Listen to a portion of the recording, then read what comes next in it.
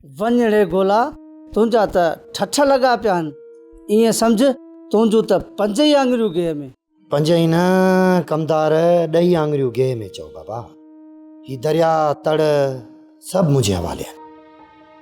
पर हिन नए कारोबार जो न यार मज़ो ई पंहिंजो आहे। उन मां भला केतिरी बचत आहे? वॾी बचत, पैसनि जूं बोरियूं।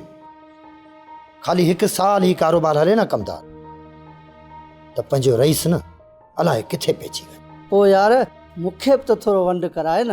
तोखे छा जी वंड करायां? पाण ॿई रईस जा माण्हू आहियूं, हितां न खाईंदासीं त ॿियो वरी किथां खाईंदासीं? छा तोखे ॿनी मां कुझु कोन थो मिले? मिले थो, मगर मुंशी टके टके जो हिसाब करे रईस खे थो ॿुधाए। आउं रुगो हिते हकलूं करण में पूरो आहियां। पाण खे रुगो ये 5 रुपया पघार वारा हिलालनि, ॿियो बसि।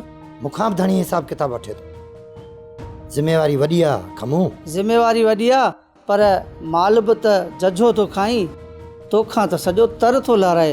तूं त जहिड़ो रईस मतारो ख़ान हुजे। इहा ॻाल्हि तुंहिंजी दिलि सां लॻी। हिते जो को बि कमु मुंहिंजे इजाज़त खां बग़ैर कोन थींदो आहे। तूं वॾी लय ठाहे वियो आहीं, साल खां पोइ तुंहिंजी पंहिंजी लय ठही वेंदी।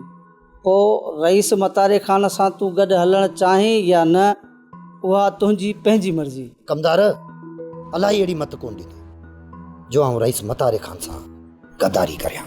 ही सभु मुंहिंजे मथां न रईस मतारे ख़ान जी महिरबानी आहे। न त गोलो 2-3 ॾींहं जेल में ई त हूंदो। ठहियो हाणे ख़र्ची करा त आउं हलंदो थियां। की न छॾींदे कमदार, वॾो ला आहीं। आउं सभु सम्झां थो। अचे ही वटि तुंहिंजी ख़र्ची। छा यादि कंदे? पर हिकिड़ी ॻाल्हि यादि कजां, रईस मतारे ख़ान जे अॻियां न गोले खे ई ॻाए जा वॼाइजां बसि।